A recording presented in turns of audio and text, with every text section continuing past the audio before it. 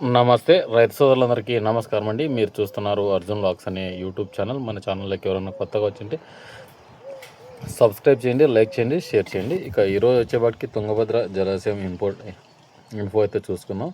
ఈరోజు తుంగభద్ర డ్యామ్కి తెగిన ఎంత వచ్చినాయని మాట్లాడుకుంటే ఈరోజు తారీఖు చూసుకుందాం. 31వ తారీఖు 7వ నెల 2026వ సంవత్సరం 6 గంటలకైతే ఇన్ఫ్లో మనం చూసుకున్నట్లయితే 15,699 క్యూసెక్స్ అయితే రావడం జరిగింది. అలాగే లెఫ్ట్ బ్యాంక్ ఎల్ఎల్సికి మనం చూసుకున్నట్లయితే ఈరోజు అవుట్ఫ్లో అంటే బయటికి వదలడం జరిగింది. ఇక్కడికి వచ్చేపాటికి 2,346 క్యూసెక్స్ అయితే రావడం జరిగింది. అలాగే ఆర్బీహెచ్ఎల్సి అంటే రైట్ బ్యాంక్ హెచ్ఎల్సికి అయితే విడిచలేదు. ఈరోజు అయితే ఆర్బీఎల్ఎల్సికి అయితే వదిలినారండి. ఆర్బీఎల్ఎల్సి చూసుకున్నట్లయితే అంటే రైట్ బ్యాంక్ లో లెవెల్ కెనాల్కి అయితే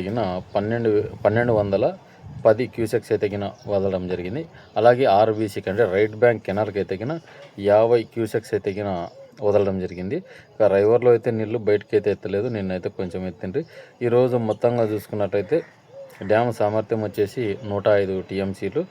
ఈరోజు ఉన్న నీరు చూసుకున్నట్లయితే 36 టీఎంసీల 987 క్యూసెక్స్ అయితే రావడం జరిగిందనమాట. దరిదాపు 1 టీఎంసీ పైన అయితే నీరు రావడం జరిగింది. వాటిలో కొంచెం తాగునీటి అవసరాల కోసం వాడుకుంటున్నారు.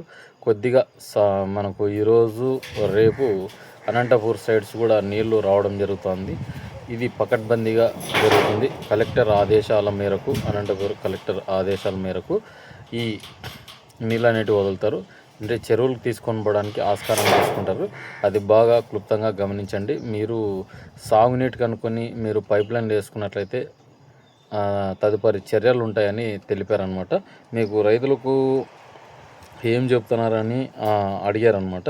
చాలామంది రైతన్నలు ఆయకట్టు రైతన్నలు ఇప్పుడు ఉన్న నీటిని సద్వినియోగం చేసుకొని పంటలు సాగు చేస్తామనే సిచ్యువేషన్ అయితే లేదు.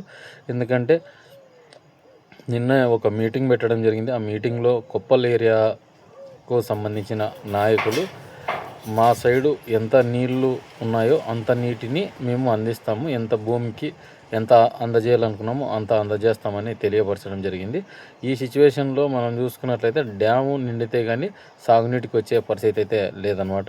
ఇప్పుడు 31 టీఎంసీలు అంటే మళ్ళీ వరద కొనసాగితే మనకు ఒక 30-40 టీఎంసీలు కానీ వస్తే ఒక 70-75 టీఎంసీలు వస్తే కొంచెం కర్ణాటక రైతులకు, ఆంధ్ర రైతులకు చాలా యూజెస్ అయితే ఉంటాయన్నమాట.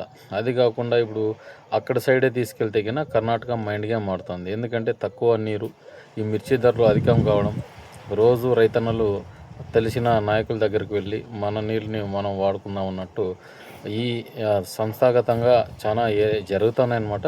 అవి ఒక్కొక్కటి బయటకు పడతాయేమో. ఎందుకంటే చాలా ఏరియాలలో ఈ సైడు కాంట్రవర్సీ నడుస్తుందన్నమాట. ఎందుకంటే కొన్ని చోట్ల నిజమేదో అబద్ధమేదో తెలుసుకోలేని పరిస్థితి. నిన్న ఒక వీడియో వదిలారు. ఎంత నీటిని అందించాలో ఎవరు విడతల వారిగా వాళ్ళు వదులుకుంటామని చెప్పడం జరిగింది. దాంట్లో వాస్తవం ఎంత, అవాస్తవాలు ఎంత అనేది తెలుసుకొని మళ్ళీ వీడియో చేయడం జరుగుతుందన్నమాట. ఇప్పుడైతే కానీ ప్రజెంట్ ఎక్కడా లేదండి. ఎందుకంటే డైలీకి మనకు రిపోర్ట్ వస్తుంది, కానీ 6-6:30కి రిపోర్ట్ వస్తేనే మీకు 7:30-8 కల్లా అందజేయడం జరుగుతుంది. ప్రజెంటు తక్కువ ఉన్నాయి కాబట్టి ఈ పరిస్థితి. కొంచెం ఎక్కువ వస్తే అందరికీ సరిపోయేట్టు చూస్తారనమాట. అది బాగా ఆలోచన చేసుకోండి. ఇప్పుడు ఏదో నీళ్ళు వస్తున్నాయి అని మన సైడు ఆత్రం పడి ముందునే పంటలు వేసుకునే ప్రక్రియ అయితే పెట్టుకోదండి. మళ్ళీ అప్డేట్ ఇస్తాను, డైలీ చూస్తుండండి. ఇక ఇదండి వీడియో. మన వీడియో నచ్చింటే లైక్ చేయండి, సబ్స్క్రైబ్ చేయండి.